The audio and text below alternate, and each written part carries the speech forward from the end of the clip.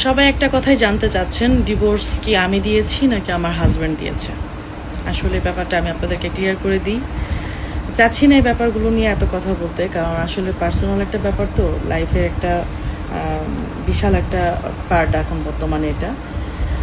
যেহেতু আপনারা এই ব্যাপারটা নিয়ে জানতে চান, অনেক কমেন্ট করেন ইনবক্সে, কমেন্ট বক্সে, আসলে রিপ্লাই না করে আর হয় না, কারণ এক একজন এক এক ধরনের মন্তব্য এবং এক একজন এক একভাবে বসায় দেন তো উপাধি, এই কারণে আমার ক্লিয়ার করে দেওয়া হয়, ক্লিয়ার করে দেওয়া উচিত।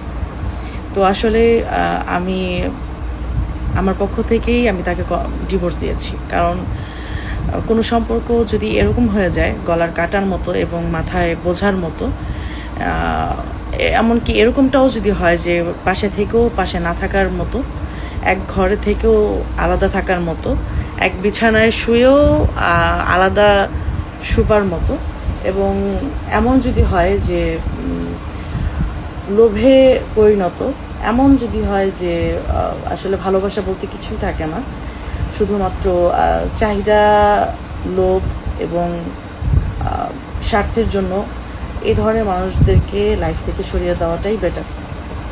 কারণ এদের সাথে থেকে শুধুমাত্র একটা সাইনবোর্ড থাকা আর কি যে আমি বিবাহিত নাম, আসলে আমি মনে করি এই ধরনের নাম থেকে বের হয়ে আসা উচিত। এর চাইতে একাকিত্ব জীবন এবং আপনার শূন্য জীবন অনেক ভালো, কারণ কারোর সাথে থেকে কষ্টে থাকার চেয়ে একা থাকা অনেক অনেক অনেক বেশি বেটার আমি মনে করি। এর জন্য আমার পক্ষ থেকে আমি তাকে ডিভোর্স দিয়ে দিয়েছি।